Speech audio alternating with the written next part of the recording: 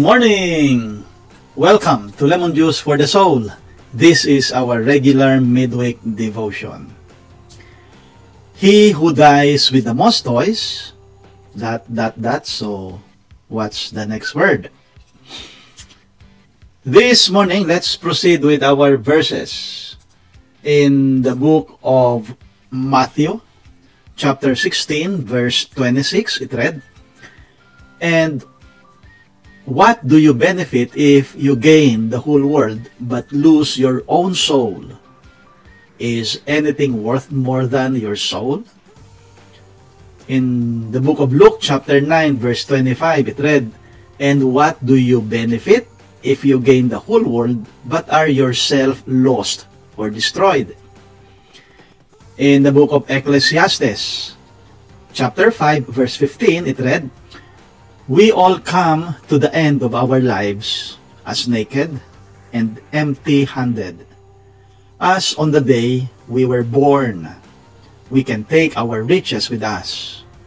In Job 1, verse 21, it read, he said, "I came naked from my mother's womb, and I will be naked when I live." Dr. James Dobson, on one of his book entitled Coming Home, Timeless Wisdom for Families, published by Tyndale House Publisher, he wrote, and he said, "When my daughter Danae was a teenager, she came home one day and said, 'Hey Dad, there's a great new game out. I think you'll like it. It's called Monopoly.' And he wrote, I just smiled. We gathered the family together and set up the board. It didn't take the kids long to figure out that old Dad had played this game before. I soon owned all the best properties, including Boardwalk and the Park Place. I even had Baltic and Mediterranean. My kids were squirming, and I was loving every minute of it. About midnight, I foreclosed on the last property and did the victory dance. My family was impressed. They went to bed and made me put the game away.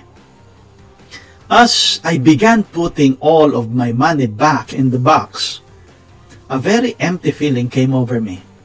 Everything that I had accumulated was gone.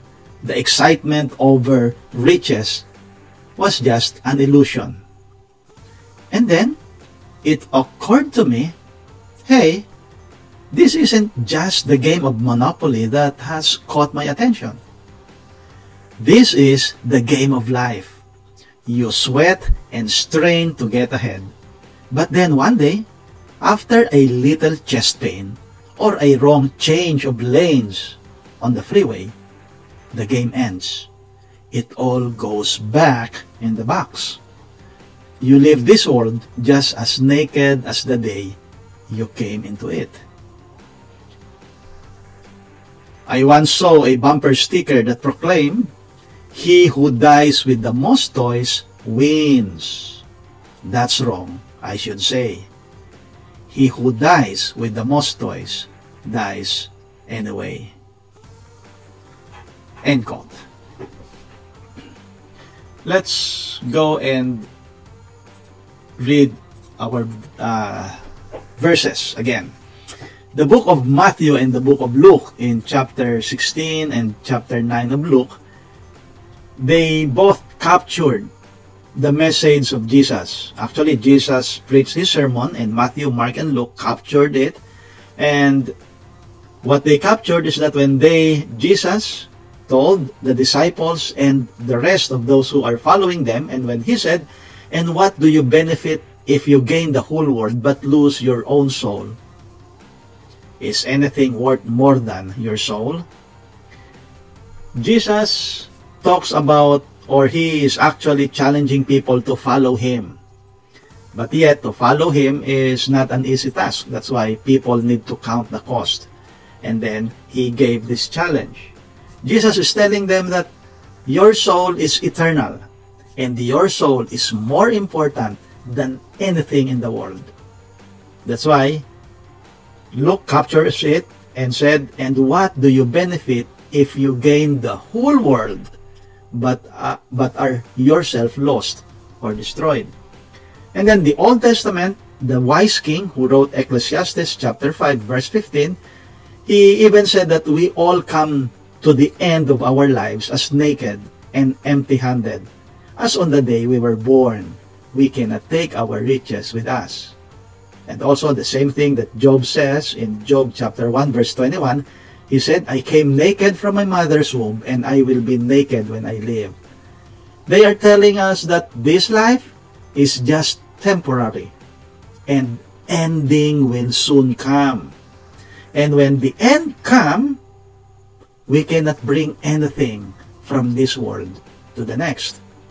And yet, if we will look at it, Jesus and even the New Testament and even the Old Testament is telling us to focus or put our focus more on the eternal thing, which is our soul, and less on the temporal thing. Because those temporal things, when we die, we will just leave all of it. Now, the question is, how much time are we using for the eternal thing or for our soul? And how much time are we investing or using for the things of this world? If our soul is eternal, if our soul is more important than the whole world, then we have to recheck our focus. We have to recheck our priority. And the Bible says, this life is temporary and we will come to an end. Are you ready? Let us pray. Dear Heavenly Father, we thank you for reminding us this morning that this life is temporary. That this life, we will soon leave it, and we cannot bring anything of this world. Heavenly Father, thank you for reminding us that our soul is more important than anything in this world, even this whole world. Heavenly Father, help us to prepare our soul for eternity, because this is the only thing that we will have after this life. Heavenly Father, thank you for this reminder, and help us to refocus our priority, to give more time in preparing our soul. In Christ's name we pray. Amen. Good morning!